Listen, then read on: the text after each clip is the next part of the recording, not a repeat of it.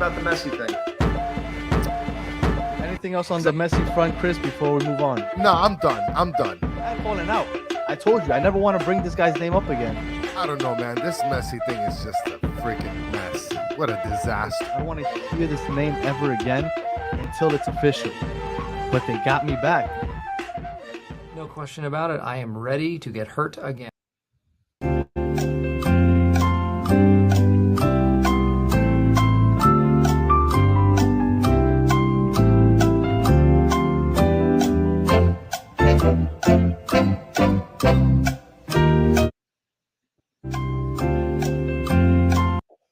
Chris, the Herons are back.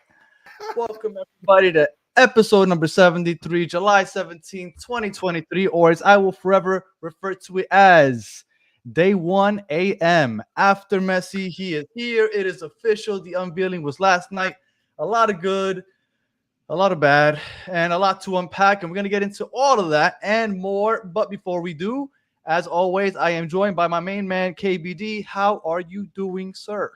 Well, I'm drier, that's for sure, right? Just like how I imagine everybody in the chat is a lot drier today than they were yesterday. So that's a win for everybody, right? Well, I will tell you one thing. We do have a guest, and before I bring him, I will tell you one thing. I am very glad that we did not decide to randomly record a podcast last night because I was in such a bad mood that I probably would have said some really dumb things that I might have regretted now. Now that I've it's 24 hours later, I've calmed down a bit. I could kind of think of this a little more logically, and we can have a discussion about it now, a little more civilized, because I was really pissed off last night. But again, we're going to get into all that and more. But before we do, I would like to bring on a very special guest. He's been on with us one time before, but it was kind of like a panel that we had June 7th, the very first day that Messi was officially announced. But he is here, solo dolo, with no Than and no Viking. But we got my man. Where you at? There you are. What's going on, Jay Kington? What's up, everyone? Happy to be back. Yeah, man, we're happy to have you. How you doing, sir? Oh, hanging in there. Got to be honest, little tired today, right? Long night. Soaking wet night, and got him pretty late. And I had the thought to maybe record a podcast last night as well, but I was in no shape to get on a mic. I'm not even sure if I would have made any sense if I was talking. Well, I think you and I are both happy we didn't record last night for different reasons. Because I was sober, but I was still thinking of just saying some really outlandish things. Oh, yeah. So, but I was sober. I'm gonna go with that one too. All right. So we had that unveiling last night, and I guess we'll start with the good, right? It's a moment that we've been waiting for, right? I've been waiting forever. We've been hearing about Messi since before this team actually even kicked the ball off in 2020. We thought that this was a rumor that might eventually happen. Obviously, everything took off 6 weeks ago, and we finally saw him at DRV Pink Stadium, which was awesome. The photos, when you look back, were awesome. The 3 minutes that he spoke were awesome. The Messi chants were awesome. So I'm really happy that it happened, and it was almost surreal, right? Because as mad as I was when I finally saw him there, and more than anything on the big screen, right? Because it was so far, I really couldn't see him that well. But it was just kind of like a surreal feeling with the fireworks and everything, seeing him there on the mic with the jersey and everything.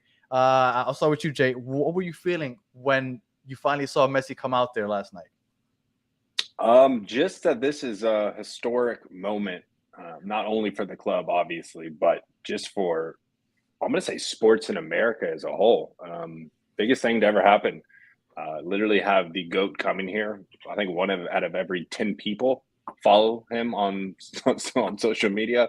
He has more followers than all of the NFL, all of the MLB, all of the NBA combined. I mean, the gravity of the situation could not be more. I do not speak Spanish unless I'm in South America and have several tequilas in me. Then I somehow just come down my brain from fourth grade. Shout out to my Alicia Krieg, my fourth grade Spanish teacher. So I couldn't really understand really what was happening, but I did watch the translations and everything today. And Wow. I mean, it's big. Now we're just here. The next big thing is Friday. I can't wait to see the impact he has on the pitch. Yeah, I'm really curious to see how Friday plays out, especially how yesterday went. But Chris, what were you doing? What were you thinking once you saw Messi come out? Because well, first of all, what were you thinking when you heard Little Baby drop? Because when Little Baby started, I was like, okay, so there's somebody else getting introduced before Messi. That was kind of out of left field. That was, I mean, that was something that was completely out of left field, super unexpected. But I can explain to it just like how I tried to do it with my father. I told him, Michael Jordan, which is nationally known. I mean, in some parts of the world, he's known, but this is like 100 times, like way more impactful, I guess, especially just internationally, worldwide, right? This is like Jordan times 100. Right? To put it in perspective of someone that watches like American sports, that's what it is. I mean, this guy is like the walking Jesus of soccer, right? So, I mean, I don't know exactly how else to put it, but it is what it is, right? I mean, we just landed Jesus in soccer world, right? I mean, there's no other way. There's no other way to put it, right, Jay? Yeah, no, Michael times 100, right? Like Michael Super Saiyan, Yes. God Super Saiyan. I'm with you. Yes. Jesus, get me excited. Might let my hair down and show you Jesus. Yeah. Jay, did you stay for the concert afterwards? I stayed for Camilo, which I had no idea what that guy was about, but I was into that. I like the guitar. Dude's got an amazing voice on him, and I appreciate anyone that plays the guitar live. And then I stayed for I think most of Bresh. I was really excited about Ozuna, but man, it was just such a long delay of fighting the elements and my hip hurting. So we'll get into that in a little bit, but tried to stay for what I could. At the same time, I got 2 kids, one's at 6 months, and trying to stay in the good graces of my my fiance here so I can get married. 100%. I get that. I get that for sure. All right, so I guess we will get into that was the good, right? The good was that, but Busquets. I thought it was very cool that Busquets came out and tried to speak. Well, no, not tried. He spoke English, and especially knowing that the crowd was, heavily Spanish, that he could have spoken Spanish. He's played in Spain all his life, or lived in Spain all his life, so he could have just easily came out and spoke Spanish. I thought it was very cool that he came out and tried to did it in English. I thought that David Beckham going ahead and speaking in Spanish was also a cool touch. And then Messi again spoke for 3 minutes. So that was the good, obviously. Now I guess we can get into for me was the bad, and I'm assuming for a lot of other people. And by no means do I think that this completely ruined the night. It ruined my experience a bit, but it was still awesome. So before I get started, I guess I'll start with Jay, because I keep seeing people bringing up a refrigerator. So I'm not gonna lie, I'm kind of curious because the chat keeps bringing up a refrigerator. So I'm assuming something happened with you in a refrigerator. Nah, not with me, bro. I'll send you guys the video. We'll get into that. The bad, which isn't that bad, it's kind of funny, which I'll start with, is that Sergio Busquets changed his PFP, right? His picture in Twitter and Instagram, but he made it the Inter Miami logo, but he made it the COVID social distancing logo, so the herons are actually sitting apart on the far edge. And I was like, I didn't see that. How did you even find that logo? First off, I don't know if that was a complete accident or if he was having some fun with it, but I thought that was pretty great. Refrigerator. I don't know what it was. Could have been a refrigerator. It could have been a mobile closet. That thing was probably a good 6 feet tall, stainless steel, and on 4 wheels from hell.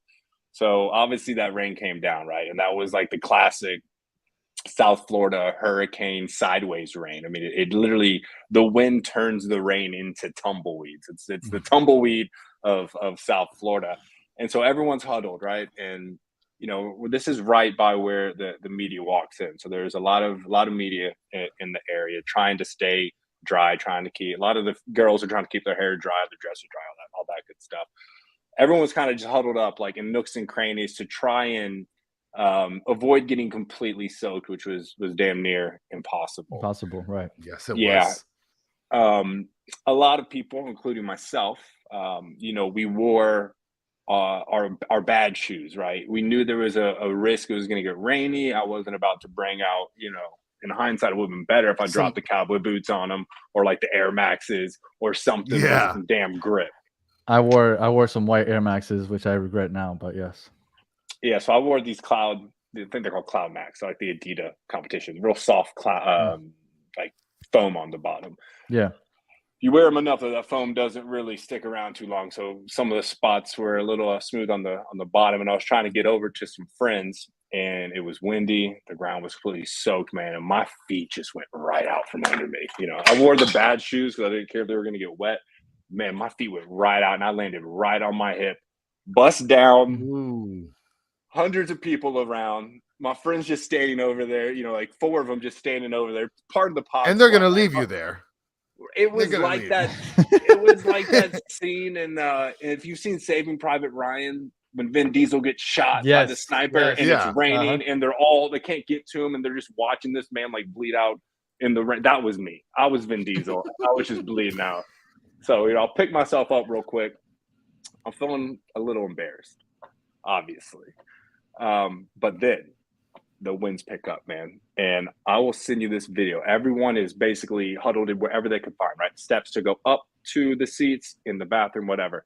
And the winds are picking up and everyone's running towards, and this camera angle is shooting from the stairs to go up to the seats.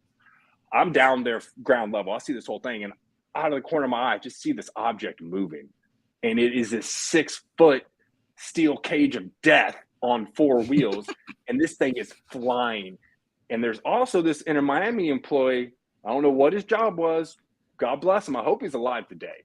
And he's making a beeline towards that opening as well. And it was just this perfect situation where both items collided with each other. And this thing straight knocks him down, flips out like over him. I'm not sure. That guy might be dead today. I'm not sure. That is the only thing I'm holding on to today and thinking of is that guy had a slightly worse experience than mine in the rain. For sure, he's under workman's comp right now. Yeah. Absolutely.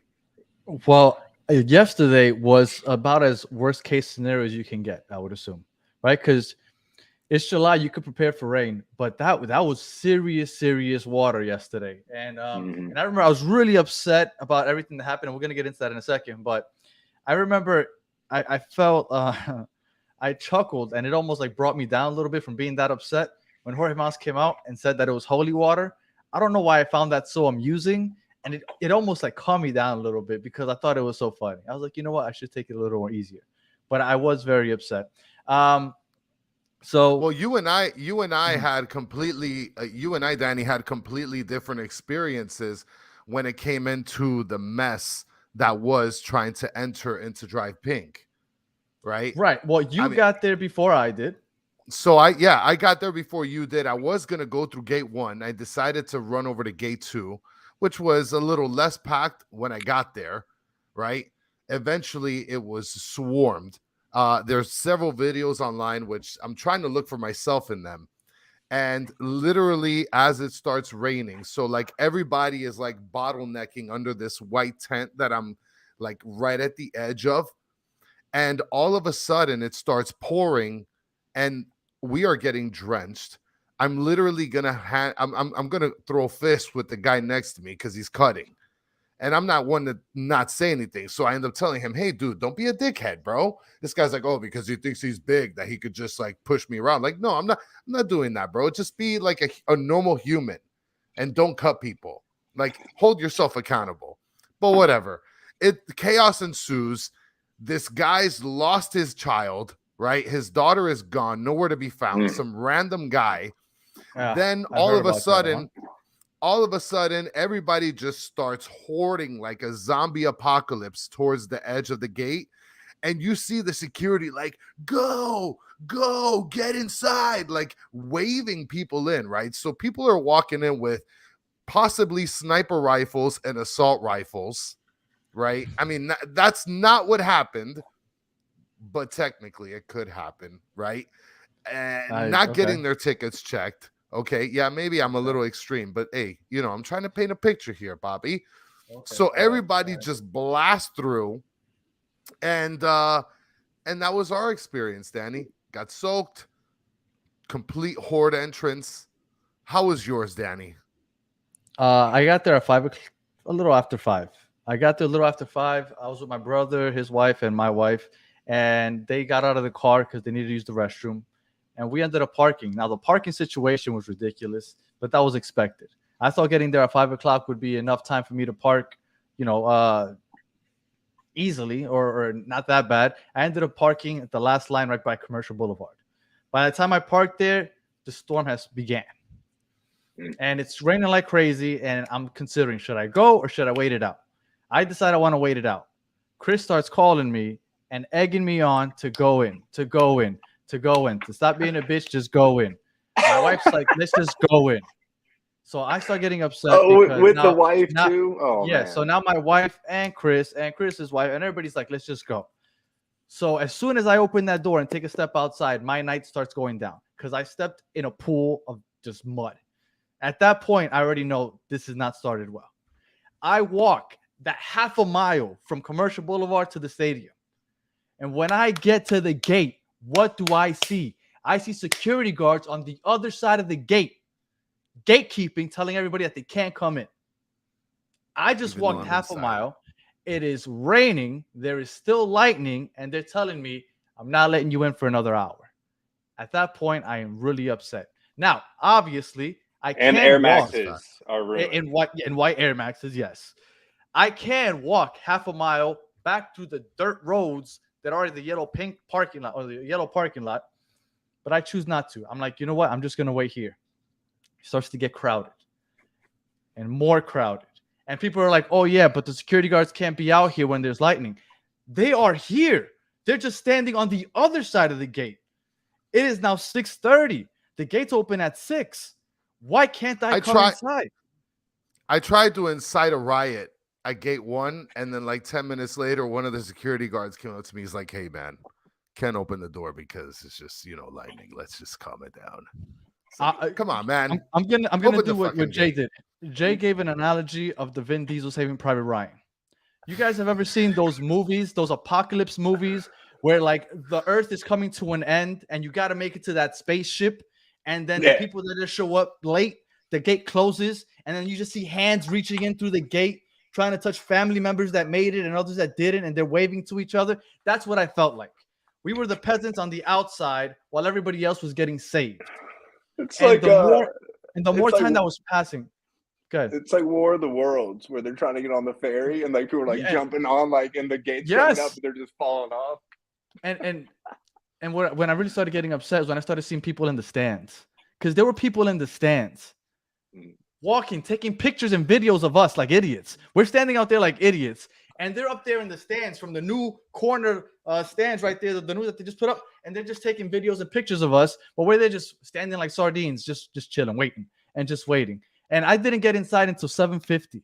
At that point, I was really pissed. I didn't even want to talk about it. I didn't want to talk to anybody. I saw Chris. I just you were kept a little walking. upset. I didn't even want to talk to Chris. I just walked right by him. I went straight to the bathroom. They had no bathrooms outside for anybody. Anybody that Ubered there, good luck. Go back to your car for cover. They came in an Uber. Where are they supposed to go? There were women in the men's bathroom, men in the women's bathroom. Oh, yeah. It was a disaster. Yeah. At that point, you're so wet, you can just honestly let it go, bro. No one's gonna know. Yeah. So as long as you're not wearing white pants. I was really, really upset, but again, I've come down and I realized there was no way to prepare for that type of hurricane, right? Because those were strong winds, that was strong rain, and I understand that it was very difficult to plan. But I do think that there was poor planning, because I feel like there was no plan for any type of rain. I'm a big wrestling fan, right? And WrestleMania, when they do it in the stadiums, they always have like a big tent over the ring, right? And it obstructs the eyesight of everybody because they have those big pillars. And it never rains, but they do it just in case it rains. I feel like there was no contingency plan. Like, they're like, it'll be okay. If anything, it'll be holy water and they'll be happy. Like, once they see Messi, they'll forget about it. Everybody's going to be happy. And I feel like that's what the thought process was coming into this. Because although I understand there's no way to prepare for that type of rain, I felt like they didn't prepare for any type of rain. And we're going to get into the security part of it now, because what happened at gate 2, I thought was kind of crazy also. I So- think they all focused on the security loved so it. much. Like they just wanted to make sure they could have the security protocols in place to protect Messi throughout the season, that there probably wasn't a ton of thought put into to any other areas. You know, I mean, that was legit like Cat You know what? 3, Cat 4 hurricane type winds. And It I'm was glad, wrecking people. and I'm glad you said that, because when I was thinking about this earlier today, and I was thinking, like, I can't say that this was completely like out of their control, but I can't say that it's completely their fault either. But I do agree with you, and I do think that that is exactly what happened. Over the last month, their priority has been figure out how to keep Messi safe, right? How we got fences up. You can't get to the training facility anymore. We figured out how to get him into the stadium and out of the stadium without media taking pictures, all that other stuff. They got that down packed. And that's fine. Congratulations. I'm glad that you guys figured that out, and now Messi's happy. But there's still fans that go to the stadium. So although you've now taken care of that priority, start taking care of us next, because there's going to be a lot more people at the stadium, and you need to start planning for this. I'm glad that it happened yesterday during one of these events. I don't know how much they can do in the next 4 days before Friday's game, but it's time to now. You've taken care of that, the top priority, which completely makes sense. Messi is the person that's the most important in this scenario. But now the fans need to be safe also. If there's another thunderstorm with lightning, have another place for people to go in and cover, because there are people out there that come in buses, that come into the bright line that you like to go ahead and promote. There's other people that get there that don't have a car to go to. So there needs to be other contingency plans. And I'm hoping that they figure this out, because they figured out the Messi thing. That's great. Now let's start thinking about the fans. Yeah. Well, I'll tell you. Go ahead, Jay. I think there was a lot of dangerous aspects last night for the fans. I don't know if you guys went to the west side of Drive Pink at all. I went to the Busquests stand for a second. So did you see that stage they had set up? Like, I saw that the R. It was an R that fell down. I'm pretty sure it was for Bresh, because it was BRE and like an H or whatever. One of the letters fell off probably when the storm started, like 6, 7. Okay. I remember going back down there,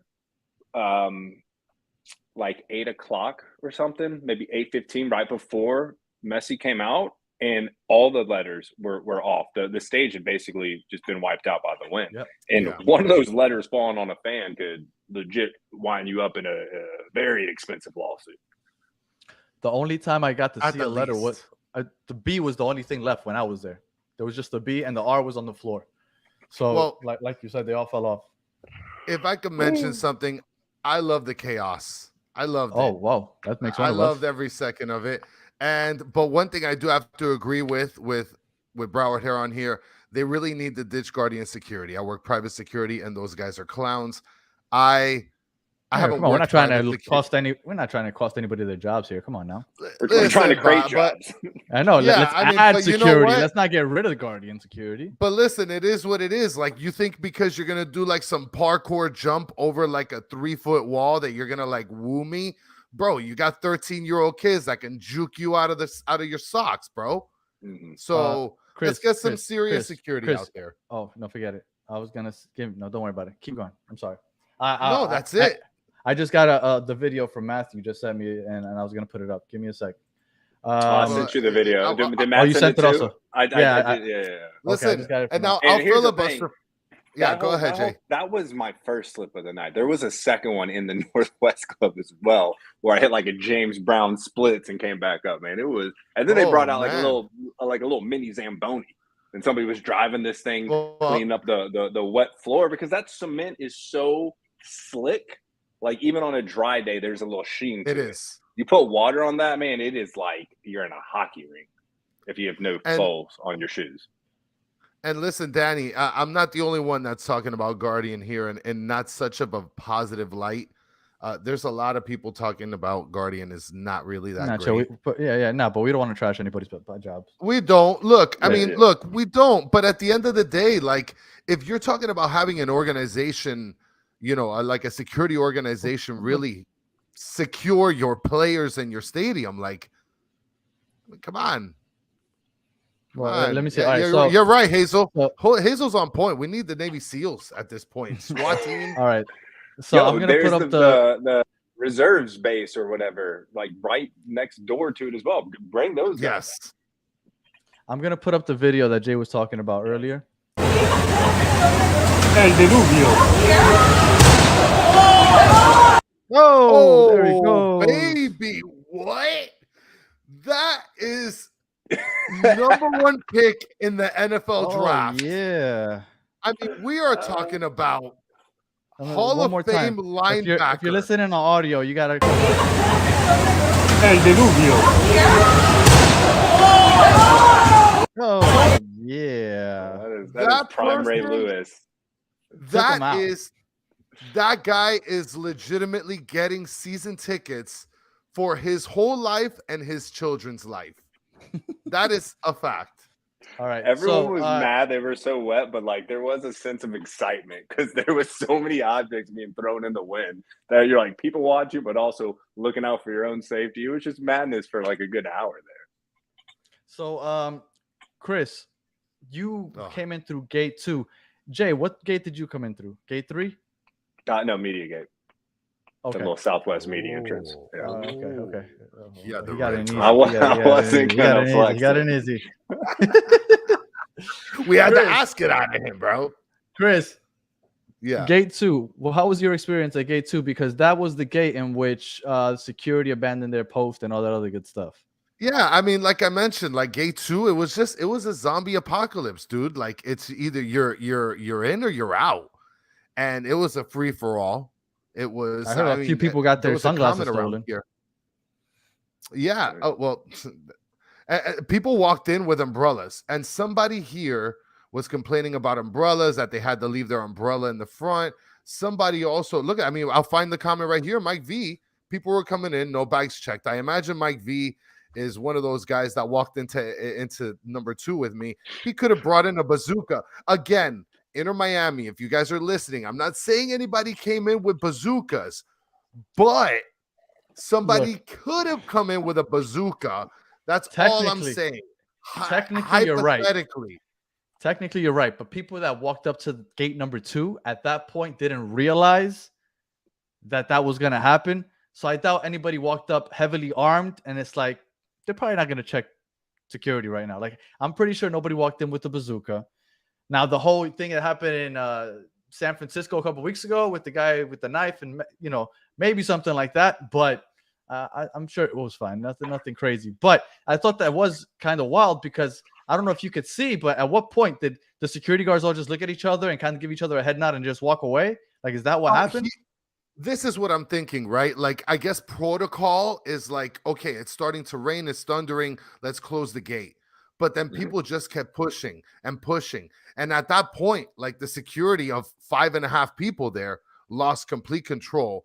And they're just like, dude, we can't hold this group of 500-600 plus people back. So what are they going to do? They're just going to let them in. We're talking about like a full revolt, bro.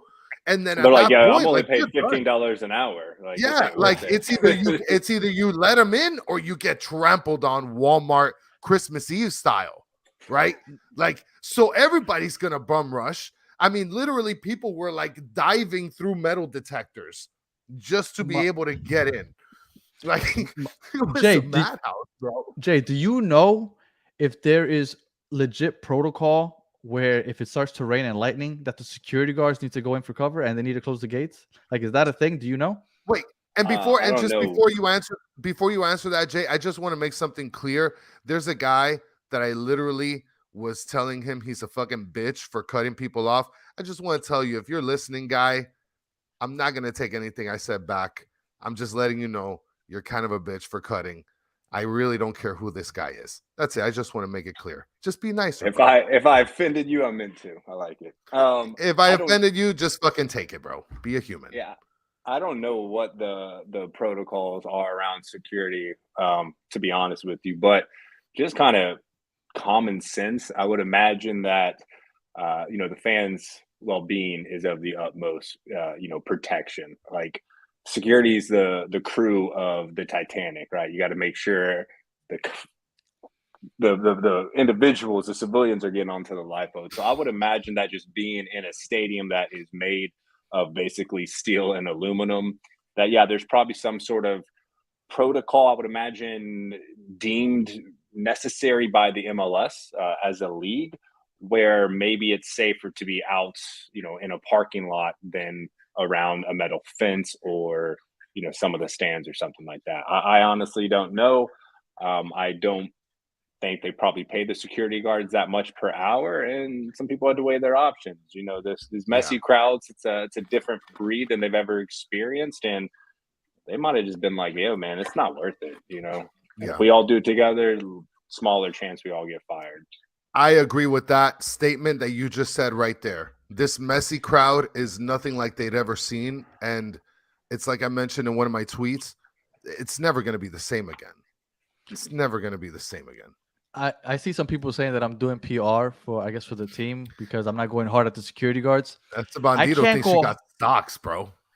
I can't go hard at the security guards if their protocol and they're told if it starts to rain and there's lightning, abandon your post. Like, if that's what they're told to do, how am I going to criticize them? I'm criticizing the team if that's what they're telling them to do.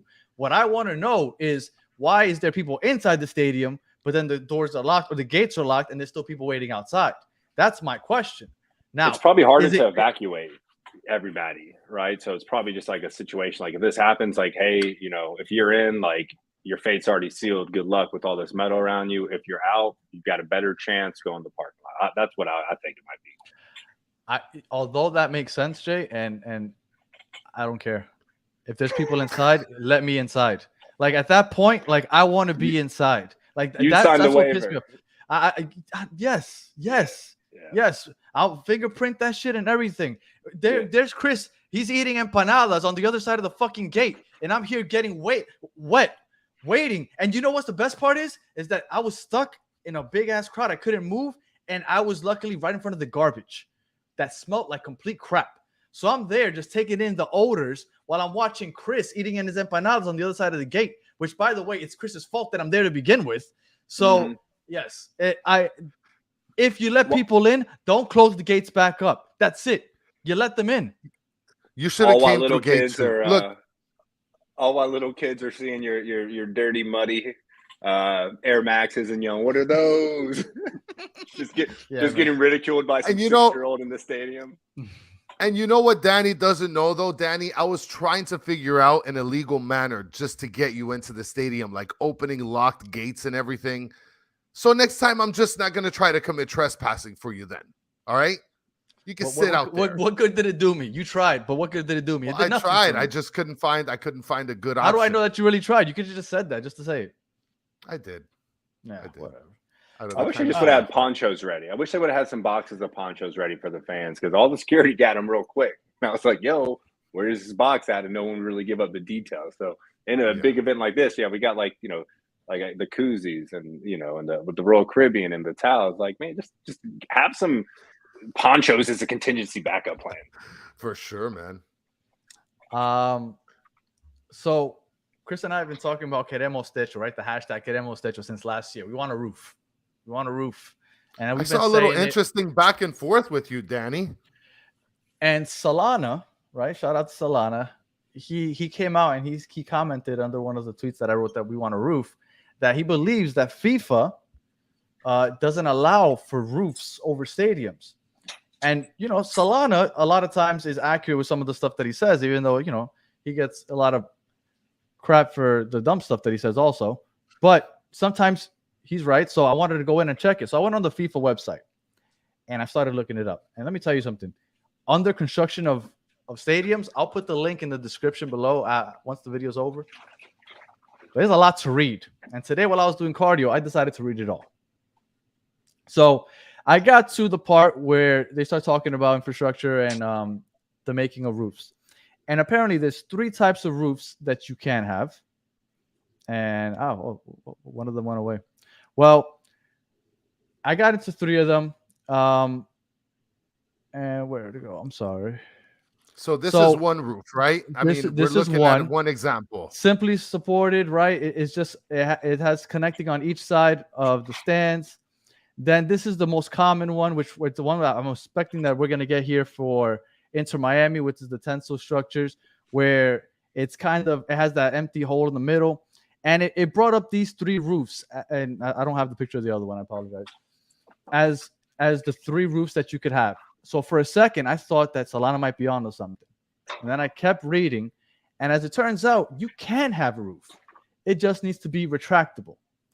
So this is a retractable roof in Amsterdam. Okay, so apparently FIFA doesn't build just domes. It has to be a retractable roof, is from my understanding there. So Now, like the Jay, Marlins. Yes, Jay, have you heard about this? Because I know Atlanta plays in the dome. Do they have a retractable roof? I don't think so. Yeah, It's it's one of the coolest retractable roofs you ever see. It's like a bunch of, I don't know, angled triangles that kind of like all spin in together. Okay. I was not aware of any roof rule. I don't know if I've ever had that thought in my life, honestly. I have seen stadiums in Europe that, it's almost like there's a stadium, and then there's basically like an area behind it with tracks, and the whole thing can basically come off or go on. Now Bayern's, the Allianz isn't a dome, I don't think, but I guess I've never, I don't know. I feel like most domes that are built now have retractable roofs. There's like not a New Orleans team that would play at the Superdome that doesn't, but yes, that's an interesting thought, and I'll have to try and keep an eye on that, and maybe find something around the world. Well, yeah. So I wanted to double check that, just because I kind of wanted it, to be on. I didn't want to keep saying, "Oh, we want a roof," and all of a sudden it's like, "Hey, guy, FIFA doesn't allow for those." No, as it turns out, they do. You just got to dish out big cash because it has to be retractable. So, Joker just said its retractable roofs are dangerous in hurricane-prone areas, but there's one right down the road that's called Lone Depot where the Marlins play. So if they could do it, I think Inter Miami should be able to do it also. So the same way that La Familia and Inter Miami comes together and they said, let's put the pressure. We got to get Neville out. And everybody's like, let's come together and let's make them hear us because we got to get Neville out. Well, you know what? Neville is out. And I think it's time to kind of get together and let them hear that we need a roof. Because if you're going to be a global team, you can't have rain delays every other week. Last year, you need to make global moves. We had 17 home games. 7 of them were rain delays. That's almost half.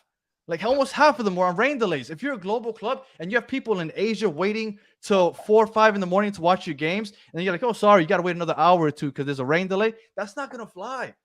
If you're a global brand, you need to make sure that your games are coming on time. And you have to understand that we play during the summer. This is the summer. Here in July, this is hurricane season, baby. We're raining all day long, every day. Today, there was another hurricane that passed by my house.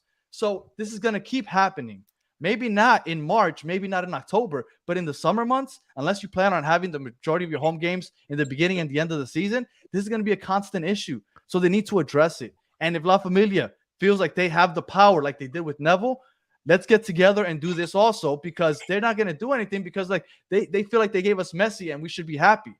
But we're not happy if we're going to keep getting these rain delays, because after Messi's gone, we're stuck for the stadium with who knows how many years. So this is something that needs to be addressed. Yeah. Well, and I'll tell you, Danny, I'm all with it. Queremos techo. We want that roof. Also, guys, get your damn plates, bro. Get the Inter Miami plates. Like, stop eating crap. Get the freaking plates. Let's beat Dan Marino and the stupid Dolphins. And if you want to hear more Dolphins, go to Battered Fins Fans. Okay, check that out. Now, Mike V brings up a good comment. You know what's disgusting, Matthew, effing up my vintage J's. And Matthew made the worst comment ever. You're right, but backup Crocs. Matthew, I don't know if you know anything about life itself. You should never have anything Crocs. Not backup Crocs, not starter Crocs, not anything Crocs. Unless you're Alex Windley. You can get away with that. Okay. Be easy on Alex that. Okay. Windley's It took weeks to get him off his socks and slides. Like he's still wearing just naughty like black slides, white socks, just all over there, man. But he's getting there. He's getting there. I'll let the Crocs thing slide. But was it not poetic justice that the Messi event was delayed? Like we just kept joking about like this is the most Inter Miami event of all time. Like even when like the guitar like went out, I was like, yes, like we thrive in chaos. I don't know if we thrive, but we're very We're comfortable in accustomed. chaos. We're accustomed. We're, Yes, for sure. we're exposed to it. When they first officially announced the 16th, we came on this show and we joked that it was going to be a rain delay. And I joked that on the 21st, it's going to be the same thing. And honestly, I wouldn't be surprised if on Friday we have the same thing. And Nico just said, sorry for the experience yesterday, but last night was the beginning of greatness. I agree. I agree that yesterday, I'm going to forget this experience eventually, look back at the pictures and be like, that was really cool. Those Messi chants were cool. But and if you've listened to the show long enough, I'm not really one to wait in line to see somebody and meet somebody. And I don't think those 3 minutes of listening to Messi talk were worth it. I went through 3 hours of crap, and then I got to listen to Messi talk for 3 minutes. I'm sorry. I don't think it was worth it. It was a cool moment. For me personally, I don't think it was worth it. It was 3 minutes. That's what I got of Messi. I got 3 minutes. And on top of that, I could barely hear him.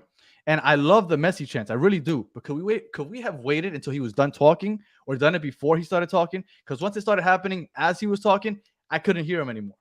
So, no, I don't think that the 3 crappy hours that I spent outside were worth it. But I do agree that it was the beginning of greatness, as contradictory as that might sound. Well, and I just want to mention a comment here by JV. He says 40% chance of rain on Friday. Listen, it's going to be his first game, JV. People are going to go out if it's 90% rain. As long as there's no thunderstorm, people are still going to go out. Like, having him wave to you from like thousands of feet is absolutely nothing in terms of, like, in comparison to seeing him actually play. We're talking about Jesus, soccer Jesus.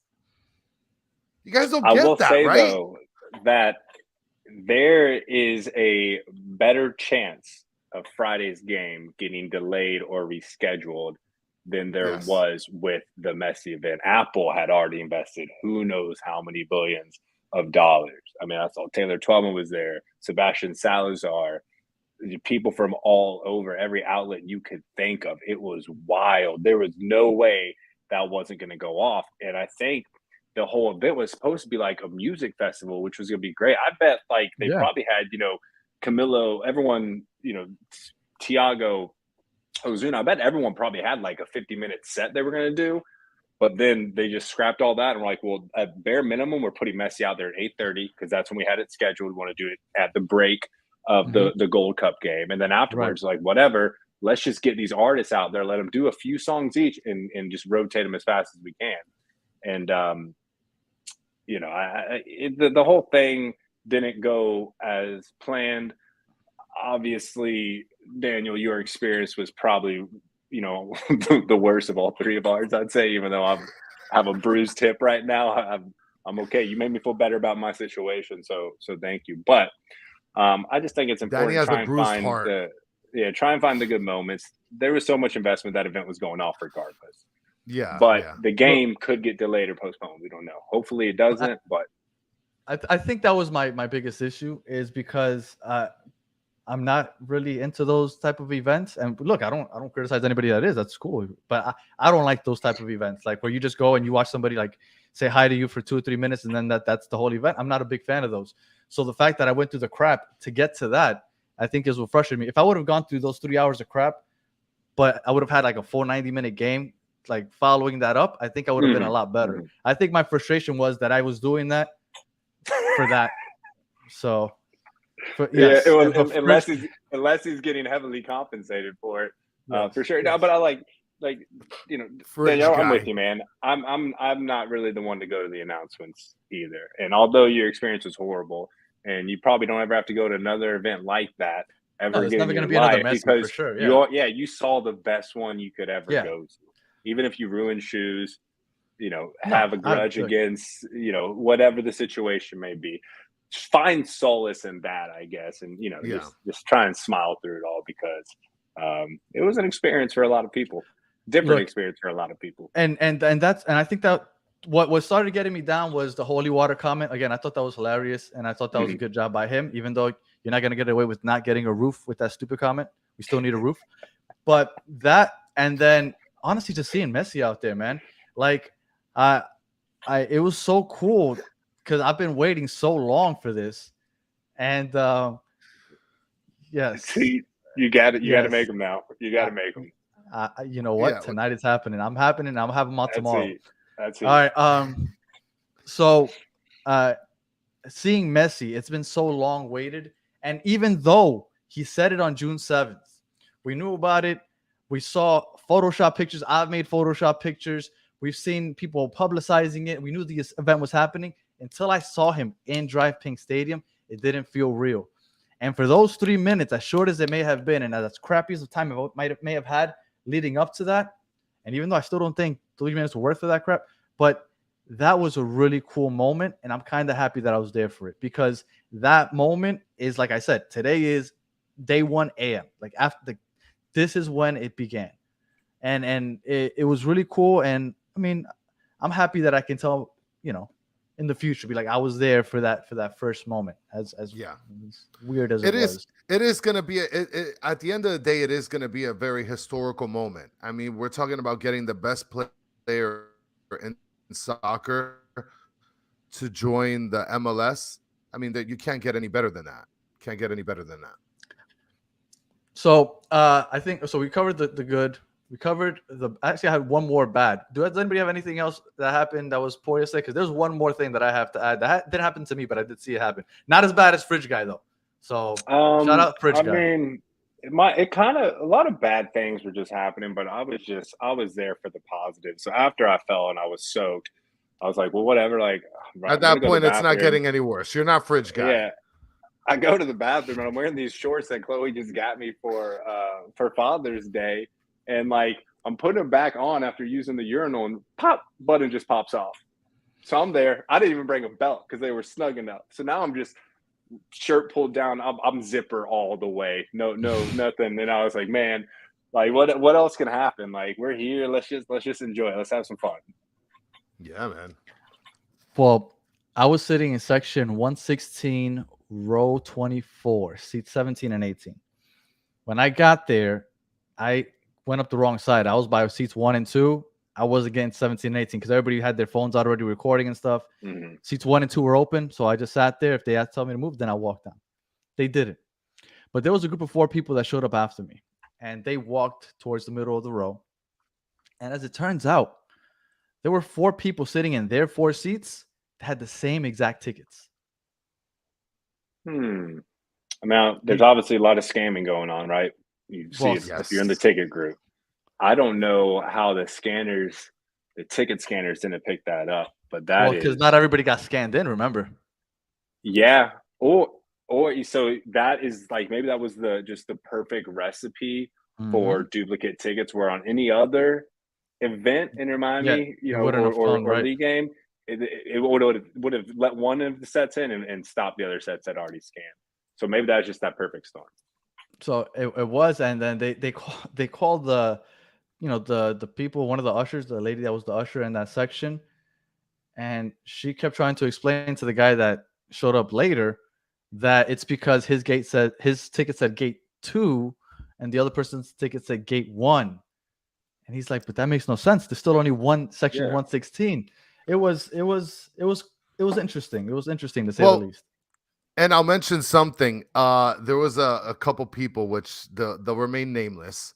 When I ran through gate 2, they had spoken to me and said, you know what? I'm thinking about going online and selling my tickets. Since they didn't get it scanned, they went on, sold their tickets.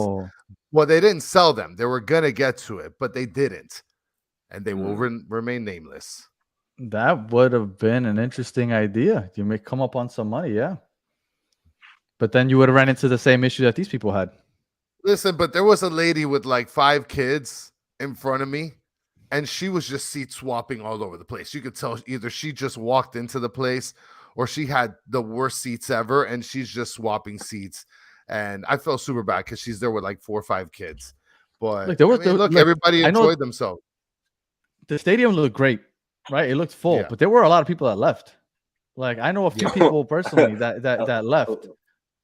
A lot of people with probably more intelligence than us 3 were probably like, I'm just gonna call it a night, get the kids home, And like, if it was a Saturday, it might be a different story, but it was a Sunday, and almost all of us have jobs in the real world outside of making content or media for the team. So That was definitely that thought in my head, but I was like, I didn't want to live with the regret because either way, if he was supposed to come on 8:30 and that was actually on time, but Yeah. everything else went sideways. Well, I had a feeling look- that he was going to come out on time just because it had been promoted on Apple TV for 8:30 for a full week. I was like, there's no way that unless there's another hurricane that passes by, this is happening exactly at 8:30 and there's going to be no concert. I was surprised that they went on afterwards, but I thought the concert had been canceled. Well, look I at was just Steve. praying that he wasn't going to slip on the stage and like twist his ankle or damage a torn knee. ACL. We don't even see him till next season. The way the season's been going, I wouldn't be Right. shocked. Yeah. I mean, and look at what Steve chimes in with, Danny. He welcome back, Steve. Welcome, right? Yeah, he's been Good gone to for a see while. you back, right? You've been gone for a little bit, Poppy. So he was just concerned, though, Danny. He was, thought I'm you still were alive. still outside of the stadium. You're alive and well. Still alive.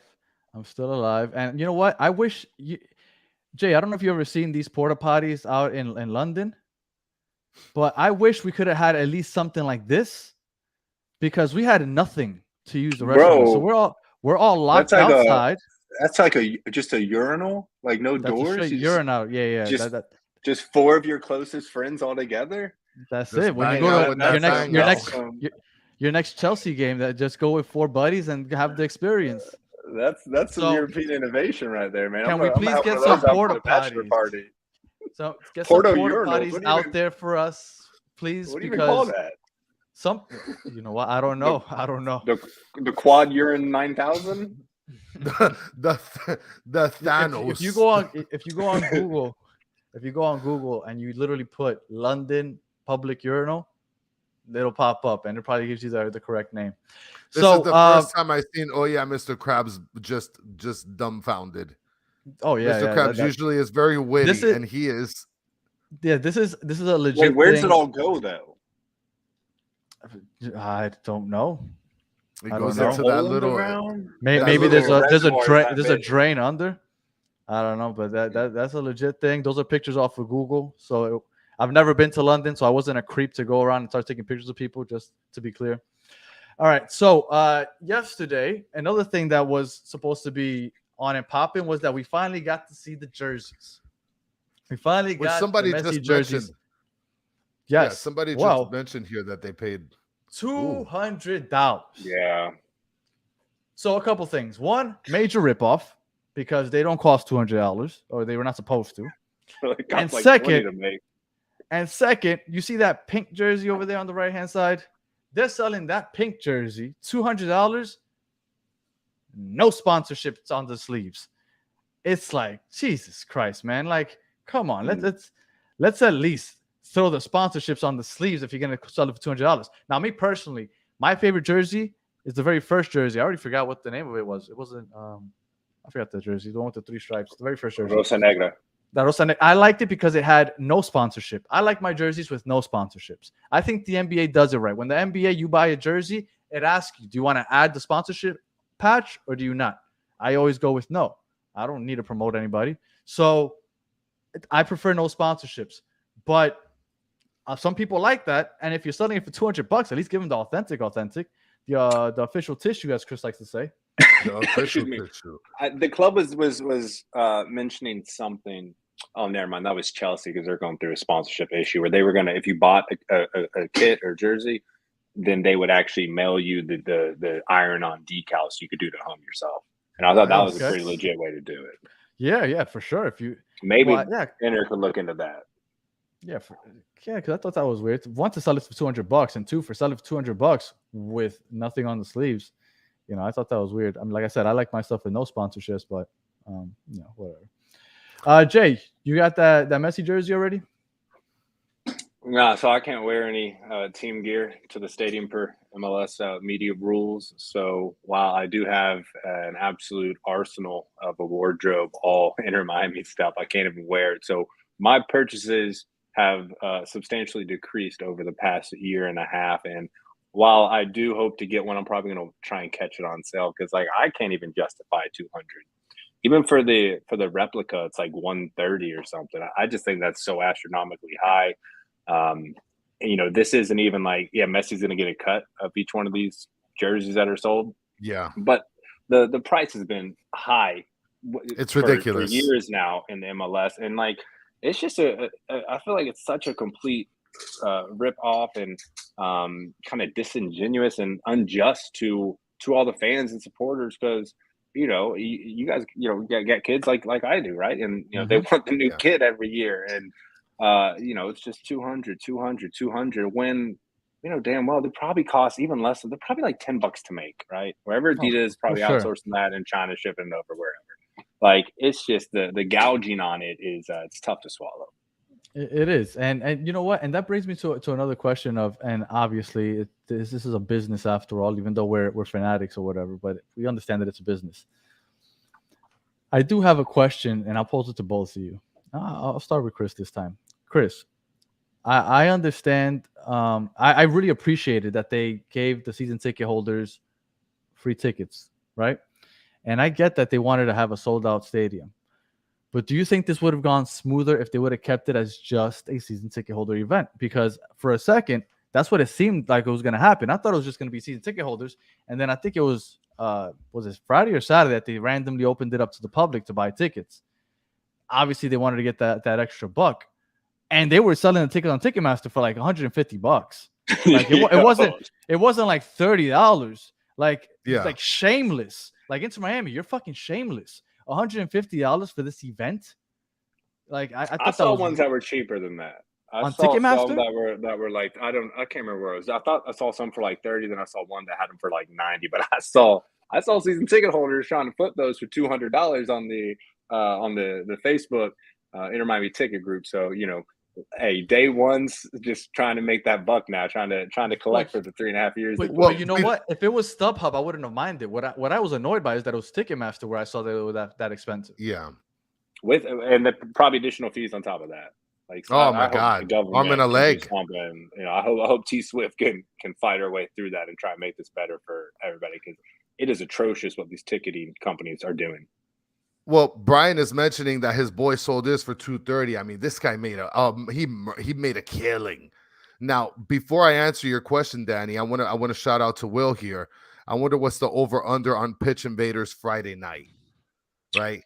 Which I want to get to that towards the end, since that's probably what we're gonna wrap with. But do I think that this event would have been done well or better or whatever with just season ticket holders? I mean, apparently. Doesn't Inter Miami have all of the season tickets sold out, or at least pending to be sold out? Not only with the season ticket holders, but then you have the people that are on the people on hold.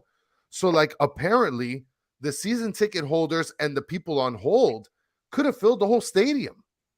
Like if you're gonna make it sort of exclusive for the people that have been invested into your team before Messi, I think it would have been fair to keep it strictly a season ticket holder event, supporters and season ticket holder event. To bring in randos, I mean, I understand that there is a huge amount of fan base that's invested because of Argentina, because of PSG, because of Barcelona, because of Messi. But at the end of the day, like everybody is celebrating the fact that he's going to wear the badge. I mean, it's Messi, but it's Messi going to Inter Miami. Yeah, right? but only us, like Inter Miami fans that were here for a while, care about that. Nobody else cares about that, unfortunately. Yeah, but what I'm saying is you're asking me if it would have been better or I guess similar if you were season ticket holders. I think it could have, if the numbers are correct, if they really have everything sold out. Well, I do think that that's something that's getting, I don't want to say it's getting lost, but something that maybe we want to bring light to is the fact that for the most part, the fans behaved well in the stands. There were no pitch invaders that I saw yesterday. Yeah. Nothing. I didn't see any fights breaking out or anything. Like the two people I told you had the same tickets, they were very civil about it. Like I thought for the most part, it went well as far as the fans go. Because I know a lot of the new fans are getting a bad rep. Like, oh, they're gonna come and ruin the experience. And I thought that for the most part in the stands they behaved well. And I mean for that I got to give them credit. Yeah, for sure. What do you think, Jay? I agree with you guys, right? I think it would have been better. What was it? I don't have season tickets, so I'm not sure. Was it one free ticket per seat you had? Yes. Yeah. Yeah, 1 So for 1. I would have liked them to see like, okay, who were the season ticket holders prior to June 1, right? Or June 7th, whatever the day was Yeah. they announced them. Give them 2 for each seat, right? Double up, let them bring some friends, give them to whoever they want. And if there's, say, 3,000 left over, then issue those to the people that are waiting or just bought season tickets and do it that way. Because, yeah, there were a lot of people there. And I mean, one of my favorite parts about living down here, being from Kentucky is the multicultural aspect down here. I want everyone to be proud of where they're from, bring that culture here, bring your food sure. here, bring your drinks here. I love it. It's honestly one of my favorite things. It was a little intense seeing the amount of Argentina jerseys, it just like the Yeah. Barcelona game. It's like everyone's wearing, it's like, come on, like support your local team. Like I get that you love Argentina, but like be here for Inter Miami as well. And we were walking through the parking lot, like, I do every game, bounce around the green lot, stop by those supporters groups, say what's up to everybody. Man, they're like 3/4 people I've never seen in my life. And I was just thinking to myself, like, I sure hope you're here in 2.5 years. Like, I really hope you aren't just here for Messi. I'm fine with Messi being the reason why you're here, why you get into it. I hope you fall in love with the rest of the team, with the organization, with La Familia, with the community. And then you're here, lasting. But I think there will be quite a bit of season tickets opening up in 2.5 years, maybe 3.5 years if he exercises that contract option. I agree with you. But I remember we had this debate with a few people a couple months ago when they were like, yeah, we really don't want Messi because we don't want the bandwagon. My thing was, I think that a lot of those bandwagon fans are going to enjoy the experience. They live here. Well, at least the ones that live here. Once it becomes a routine or a ritual, like, hey, it's Saturday, let's go to the game. Even after Messi leaves, they'll be like, well, it's still kind of fun to go out to the game. And I think also after Messi leaves, I mean, I can't say for sure, but I would kind of bank on we're now going to consistently get pretty big names coming in after Messi's gone. So it's not like Messi's going to leave and all of a sudden we're back to cheering on Pizarro. Like I by the way, I like Pizarro. So, Me too. but it's not that that's going to happen. I think that, he leaves, a lot of them stay, not all of them. I do think that a lot of them will leave, but I think we're going to get a good portion that stay. And there's going to be big names that keep coming anyway. So I don't think that that's going to be an issue. 2-3 years we get Neymar, boom. Now it's a bunch of Brazilian jerseys, which I'm more in tune with, at the stadium and stuff. But I agree with you, right? It's Messi. We also got Busquets. We got Alba. We're going to have the younger Argentinians coming in as well. So there will be – this was a catalyst. We've had Gonzalo Higuain. We had Blaise Matuidi. Didn't work out nearly what we thought it was going to be, but he was coming off, basically winning the World Cup or being on that roster at least. So I'm agreeing with you. I think that there's going to be more players to come, which will keep people invested. This is kind of I've been saying it, using this phrase, that this signing Messi is a double-edged sword, double-edged knife or blade, whatever you want to call it, right? It's kind of a necessary evil. Yeah, there's going to be a lot of day ones that are going to feel like maybe they're not being represented nearly as much. Prices are going up. It's a little harder for them to make it, buy tickets to a game, stuff of that nature. But what it does for the league and the team, we'll leave the league out of this. I think we've already talked about this in the past. Yeah. But what it does for the team is it really, this is day one. This catapults us. This is basically us reimagining the brand, what this club is about, what it stands for. And now it's a serious platform. Now it's undeniably the biggest club in North America. It's going to be a worldwide recognized club. You could have said, Jay, name one team from the Saudi league 2 years ago, and I would have been like, I don't know, man. I would have drawn a blank on you. But now, everyone knows where Ronaldo plays, right? And so global recognition, there's going to be some pain for the day ones, just try to focus on the positives and let's just see where we can take this thing. I do want to get your thoughts on the Messiahs. I'm cool with them going in their shirts, being a little group, really cute, go sit in a corner, enjoy the game. Them becoming an official supporters group, that I don't like. Now, I don't know if that's happening. I know that's what they want to happen, but I don't want that to happen. I think that's a smack in the face to the badge. What do you think about the Messiahs? Except for me.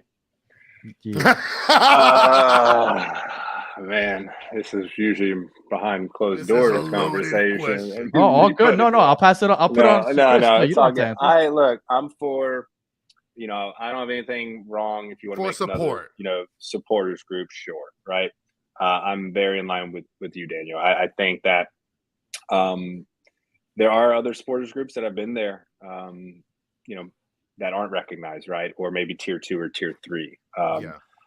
I think that, coming in with the kit, with the alligator in the white kit on the badge, or where the logo is, it struck me as a little strange. I don't have an issue with it from support. Bring your squad out there, have fun. Maybe you can try and get a chant out there, right? But you're gonna need to. Best advice I can give you is you're gonna need to adapt, and you're gonna need to adapt quick, because it's not really that important what we think or what regular casual fans think, but there is a high level of pride and individuality in the recognized supporters groups, the ones we all know of, right? And I think they're going to need to come very correct, or there's going to be some serious issues at hand. And that would be the best advice, is find a way to integrate without becoming a thorn in any of the established supporters groups' side, because the club sides with them, and you got to navigate those waters. Best of luck. I'll still come by and say hi, but yeah, Because I think that's what I don't go the route that Broward Hair on. He says the Messiahs are a disgrace. I don't think they're a disgrace. I don't. If you have a group of friends that like to get together and watch Messi and PSG and Barcelona, and that's what you guys do because you're just really big Messi fans, that's cool. He plays here now, and you guys want to keep that going, but in person, that's cool. Wear your matching cute little shirts with your Gators. Go out, sit in the corner, enjoy the game. I have no problem with that. I don't think there's any issues with that. My issue is if the club starts to recognize them as a supporters group for the club, because they are not a supporters group for the club. They're supporting one single player. And for us fans that have been here for a long time, although we are appreciative of play, look, I am happy that he chose Miami. I am. But and you know what? And now that this brings up a comment on one of our last YouTube channels, one of the ones that we did last couple weeks ago, somebody came and said that we sound arrogant. They said that we sound arrogant because we said that Messi isn't bigger than the club. I understand that for most of the world it isn't, but for Inter Miami fans, there's nothing bigger than the Inter Miami badge. So you could be Messi, you could be LeBron, you can be Wayne Gretzky. I don't care who you are.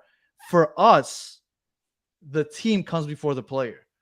So that's why for us, although you may think I sound arrogant, I'm telling you, for us personally, the fans that have been here for a while, Messi is not bigger than Inter Miami. I don't care how many followers he has on Instagram. For us, he is not bigger than the team. Yeah, it's kind of arrogant to even call you arrogant. Like, bro, we've been here 3.5 years through some pretty tough, bad football to watch, and we haven't wavered. We're still there every game, loving this team with all of our heart. So, you got to haven't won a game have more. But have more awareness of the situation you're entering. And if any of the Messiahs are listening, reach out to me. We've designed jerseys in the past. We typically do it once a year. I will help you guys out because you look like a wreck drinking softball league kit. I don't know who designed that. We got to get that where it needs to be. That's flamboyant and it's out there. Mm-hmm. Well, and I don't think anybody's complaining about the idea of them supporting just in general, right? It's just come with the right sort of ideals, and you want to support Messi, great, but just don't forget the badge that he's going to be wearing on his jersey, right? Just give some respect to that as well. You can respect Messi, you can be able to come and celebrate Messi, but just respect the team as well, because that's what you're primarily cheering for, obviously. That's basically what it is. Again, I don't think they're a disgrace. I think that they're a group of people that really like watching Messi play. Maybe they did this with PSG. Maybe they did this with Barcelona. Maybe if he would have gone to where was it, Saudi Arabia, maybe they would have done it for whatever club he went to play over there. I don't have a problem with that. I just if they are they not local? Do we know if they're local or not? I figured they were local and just wanted to start their own thing because they wanted to come watch now that Messi's here. I would assume they are, but I'm gonna assume that they just they've been doing this for all his other clubs. I don't know. Like I said, if the club starts recognizing them as an official supporters group, that's when I think it's kind of weird. But look, I don't think they're a disgrace. Go have your fun. I'm okay with anybody coming in as long as you're cheering for the same team. It's all good. And Clara Avila is here commenting saying Messi is bigger than the entire MLS. Sorry, boys. Look, and Clara is not wrong, right? Like Clara's not wrong. I mean, Messi is gonna put the MLS on a way bigger stage than what it was, right? But you're talking from the thing, Irish Clara, is but Clara, at the end of the day, like he's gonna be playing for this team. Like you're gonna follow this team. You're gonna invest yourself in this team. So just take a chance, take the opportunity, and respect it a little bit. That's all. That's all we're asking for. Just you do sound a little arrogant, Chris. I mean, look. I mean, I get it. Messi is Messi. No. To us, the club is bigger than one person, right? Yes, we would love to have Messi, but like it doesn't. The club Inter Miami, that crest, that's always going to be number one. Messi can be a close second. I've got nothing but respect. Messi's bigger than probably every league in the world if you're going to compare it just strictly like that, right? But when you're talking about fans who are invested, who love their team, go to every single game, make content every week, talk about it. You got fans that engage on your show every single week on socials. Like people are invested, and so that's what they're saying is that the club. Our love of the club, and we care more about the club's well-being than just one individual player.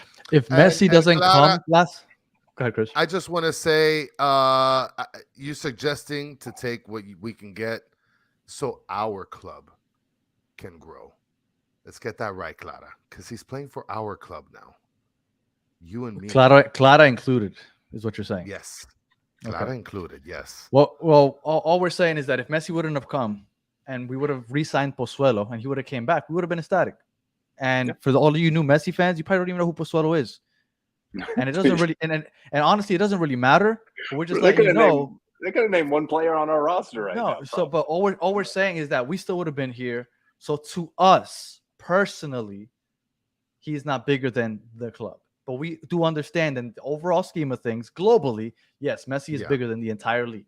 He's probably bigger than La Liga. That's why they were trying to do everything possible to get him back. Like, he's bigger than Jesus. I'll give you that one also. I'll give you that one also. Close. All right. So as we wind down here, we did want to get your thoughts, Jay. We're riding an 11-game winless streak. Yeah. The kids were playing. They're playing better. Hey, Lucas. But things are still not, where they should be. But we have an influx of talent coming. Some of them are going to debut on Friday.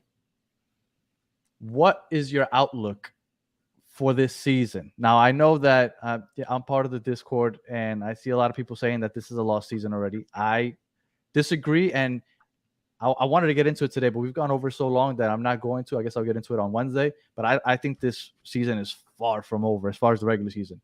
But I kind of want to know what you think as far as where do you think what are the expectations for the rest of the season? I guess is the best way to ask. For me, like ultimate win would be we somehow find a way to make the playoffs. I don't even care, like really, if we make a run or anything. But to be a realist, like I think the season's over. I think it was over a while ago. We were decimated by injuries. Yeah, we got a lot of young kids, a lot of talent, but we just can't play 4 of them. It worked really well for like one game, but it was still drew it out. I was calling for Pizarro to get more action before we left him. I just think we need a little bit more leadership in there. Yes, Busquets will help. Yes, Alba will help. And Messi, of course, will help, right? We have people that played together and won a whole bunch of games, trophies, tournaments, all that good stuff together at every level of the team, from the attack to the midfield to the defense. Yes, we have these younger players coming in, right, that we're going to fill out these U22 initiative spots. I try to stay more reserved these days on any highlight reels I see, or not really buying into anyone coming into the club until I can see them perform, because I've had high hopes for a lot of people. and the results simply weren't there. But for us to even right now get into the playoffs, right? We are last place, sitting at 18 points. DC United holds that 9th spot at 30 points. You go to the 8th spot, Chicago's at 32. So you can already tell we are 12 points off of that 9th spot, which we would have to be in to make the playoffs. I believe there's, if I'm not mistaken, I think 15 games left in the season or something like that. 12. You're going to have to 12. Sorry. Okay. So you're going to, you have removing the Leagues Cup. You're going to have to win almost every single game. And you're going to have to hope for teams to go on losing streaks, because that is a pretty large gap in terms of points, given the amount of games played. I would like for everyone to also stay patient. Messi will come. Yes, he will score. Our defense is still going to struggle. Our midfield will still struggle as we figure this out. It's going to take some time to get everyone to mesh, get under Tata's complete control, his system. I liked a lot of what I saw when we went to the 4-4-2 at halftime in the St. Louis game. So I don't think it's going to be easy. I think this season's a wash. I think everything really starts next season when they have a full off season to practice. Yes, there's a chance. I'm at about 90% that we're not going to make the playoffs right now. Yeah. I'll hope for the best. I will still yell and chant and be with everyone as we always are, and I will hope for the best. But I'm just going to take a realist approach, just because that gap in points is only increasing. I understand why everyone is taking that stance. I do, and I'm a numbers guy, so I just try to look at the numbers. And I guess, like I said, I'm not going to get into it because it'll probably be like a spiel for the next 10, 15 minutes, and we're over. But I do think there is a chance. There is 12 games, but a lot of the games are against teams that we're going to have to leapfrog to get to that chance anyway. So I think there's a lot of things that go into that go into the reasoning as to why I think that we will make the playoffs. But again, we'll get into that afterwards. My question to you: three titles still not decided in the MLS for us, right? We have the Leagues Cup, Open Cup, and then obviously the MLS Cup. Well, Supporters Shield, that one's out of the question for sure. So yeah, for sure. Out of those three, which one do you think is most likely? Because I still think not winning the MLS Cup, but I still think making the playoffs is more likely than winning the Leagues Cup and the Open Cup. I think the Open Cup, you put all your chips into the middle of that. You have to. You have one opponent you need to beat. That's Cincinnati. And you're going to have Messi, and you're going to have Messi after about a full month, because that game is August 23rd, if I'm not mistaken. Messi's going to debut the 21st. Second game's going to be the 25th. All you got to do is get past Cincinnati. Cincinnati has had some games that they've kind of dropped, came back in and drew. If you beat them, then you're playing either Houston or Real Salt Lake. Cincinnati's the toughest team out of those four right now.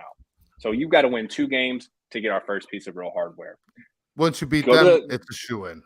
Yeah, the Leagues Cup, I mean, you got to basically win those 2 games to advance into the knockout stages. So that's probably, that's a handful of more games to make that run. So Open Cup is what seems to be the path of least resistance, the most obtainable. Second would be League Cup. And I'm not even considering MLS Cup, just because I think the numbers aren't in our favor. And it's not about us just winning out every game. These teams gotta start. They all have to drop the ball, right? They all have to start dropping the ball for us to really jump up. I mean, there's still 5 teams in between us that we've got to somehow climb over, and we're bottom with 18. Toronto's 19. Then the next closest one, there's 3 at holding 26 points, and then Montreal at 29. It's not impossible, but. It's not impossible, but all the teams that are ahead of us have all lost more games than they've won. So I wouldn't doubt that they'll keep losing games. And what does Cincinnati do in the Open Cup? I would assume they're going to put out a full roster, but they might want to maybe sub off some people earlier. They might want to try and run for that Supporter Shield. They're basically already locked into the playoffs, but they might want that Supporter Shield a lot too. So you got to keep an eye on that. I agree with that. As far as the Supporter Shield, they have a very comfy lead over everybody else in the league. They have 51 points, and in the Western Conference, St. Louis, best record, 41 points. Cincinnati is just mollywopping everybody. They've lost 2 games all year. Mhm. My thing is, I understand why the Open Cup is, like you said, the path of least resistance, because you literally just have to win 2 games. But man, we got a rough draw. The best team in MLS in Cincinnati. And I get that it's a month of training, but at that point, hypothetically, I know that at least I hope we get out of the first round of the Leagues Cup. But if we don't, he has 2 games for the Leagues Cup, and then he has 1 regular season game against Charlotte at home 3 days before that. That's 3 games before they play against Cincinnati. I don't know if that's enough to kind of get the ball rolling and beat the best team in MLS.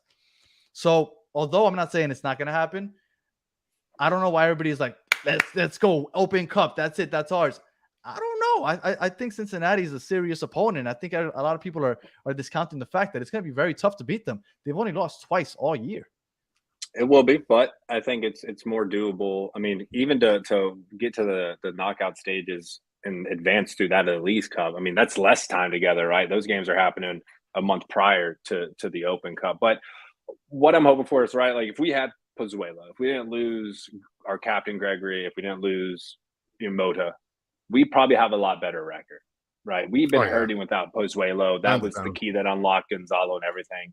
We have 2 players now. We have Messi and we have Busquets, who obviously have played together, but can kind of orchestrate the entire team through the midfield, which has been our biggest issue, honestly, outside of some defensive lapses. So I think just with that 1 month of time, those 2 playing with each other for so long and having such a great relationship on and off the pitch, I think that legit is enough to give us the edge, at least bring us on an even playing field with Cincinnati. And then you just got to hope, Leo either balls out or serves up some balls to Joseph or Campana. Like, I think you can make a great flash one game, and then you're playing a lesser team in the final. Yeah. Well, I think we both agree with you. If we beat Cincinnati, I think we should be favorites to win it all. Yeah, we should. And we all knew that we had to go through Cincinnati, no matter how it shook out, right? We had to go through Cincinnati to get to this. Everyone knew Cincinnati was going to advance this far. It's not like a groundbreaking revolution that they're up there and probably favored to win at this point. You see that, Danny? So we beat Cincinnati and that's it. U.S. Open Cup is ours. I'm seeing the Cincinnati game kind of very difficult, man. I mean, I have to wait to see how they look again in the Leagues Cup first. I say that's the most important game of our season is that Cincinnati match. Okay, I don't think that's hyperbole. That's fact. That's fact. Yeah, that's accurate. That's fact, because if we win that game, I feel pretty confident about getting a ticket to the Champions League, which is, to me, the ultimate goal right now. That's what you want. That is what you want you want to get Messi in this league and this team as much exposure. That's the ultimate goal. Yeah, for the sure. hardware would be cool just to have something finally in our trophy case, because man, it is barren in there. Hey, we got the Carolina Cup. And we got the Carolina Coastal Champions Conference Cup. Yep, that's a fun one. There we go. I love when you guys bring this up. But yeah, I mean, that's the ultimate goal. Now we're in, the CONCACAF Champions Cup, as it's going to be rebranded now. Great. Yeah. Also a double-edged sword, because now you go to the next season, you're going to have your a lot more games, MLS games, your Open Cup games, your CCC games, the Leagues Cup's probably going to go on again. And, it's going to be a lot of entertainment for us. It'll be a strain on the team with some of the guys being at the age they're at. But, yeah, that's the ultimate goal, man. If we make the Champions League next year, I say we withdraw ourselves from Open Cup. We don't need that shit anymore. That's it. Play the academy. I'm good with it. Yeah. Go Especially ahead. if we win it this year. No one cares about back-to-back Open Cups. Really. No, that's it. Orlando's like the only one that actually cared about that. And they just spy on the USL team, bro. You just spy on the USL they had to spy team. on them to win. They suck. Orlando, you guys suck, bro. You're lucky that I didn't go to freaking Orlando with Danny, because I would have shot in front of your stadium for sure. Oh, Jesus Christ. No, you wouldn't have. Sorry, that escalated. I told you should have. Bring it down. Bring it down. All right. Closing thoughts. Oh, Friday. Jay, what are you thinking? Messi starts or gets subbed in? And if he gets subbed in, when do you think he gets subbed in? And I guess we'll close it off with that. I'm going with the start. Okay. I'm going with the start. I mean, it's Messi. Even if he hasn't fully adapted or acclimated himself to the team, like it's still Messi. He'll still be able to have an impact in some way. So I think they're going to bring out the big guns and just start off on the right foot. How long he lasts? Yeah, I don't know. Maybe depending on how the game goes, they might take him out, 60th minute or something like that. But I think he started. I don't think And that you also run the risk of pissing off a lot of people that spend a ton of money. Like, Well, God forbid he like rolls his ankle and has to miss a game or two, and these people just drop 500 a ticket, 2,000 to be up front, and then they don't even get to see Messi.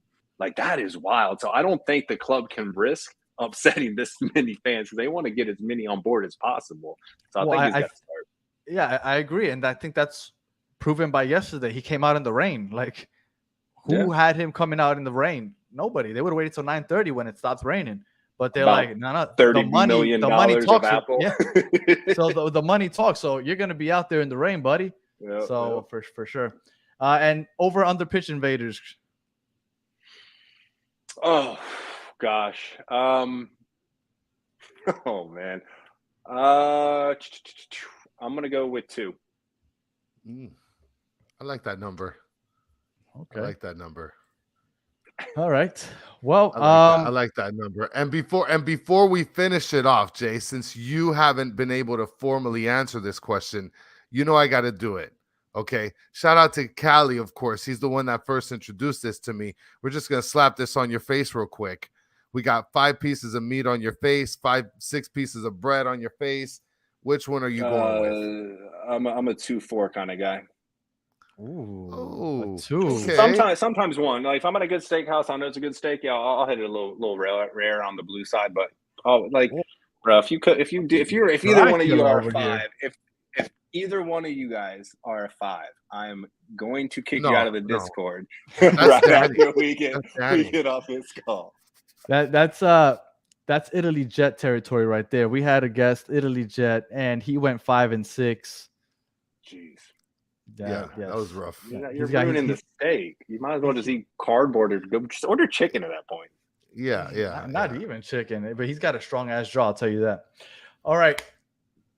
Well, Jay, where can everybody find you?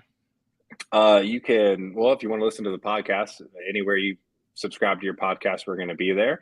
Stay tuned. We got, other shows like Trav Chats that comes out on Twitter. We're going to be doing some sort of live event kind of thing with the pod squad. But on social media, check us out on Twitter at EnterMIA Podcast. That's where any relevant news, breaking news through our various channels and sources is going to come from. Instagram is where you want to follow for that game day experience where we're doing reels or stories, all that stuff live from the stadium. So if you want to experience that, you can't make it to the stadium. Instagram is at EnterMiami Podcast. Twitter is at EnterMIA Podcast because max characters, man. Yes. All right. Jay, well, thank you again for joining us. We appreciate it. It's been a long time coming. I know you came briefly for June 7th, but we appreciate you taking the time. Chris, anything else for the people? That's it. Just come on miércoles, guys, 9:00 sharp, and we will be there on Wednesday. Be there or be square. I'll break down while we're making the playoffs. It's happening. I feel it. It's happening, All right. guys. Get on it. All right. If you're on audio, thank you for listening all the way to the end. If you are on the chat on YouTube and you were on here all the way to the end, thank you for participating. You guys are the best part of the show. As always, we appreciate you. I don't know what's going on in the chat right now. I started reading it. It's madness in here. Let's be nice, guys. Everybody's Gringos know how to eat steak. Hey, all right. Again, I'm the minority down here. I get it. Thank you, everybody, for listening, and we will catch you guys on Wednesday. Until then, have a good one. You might be right.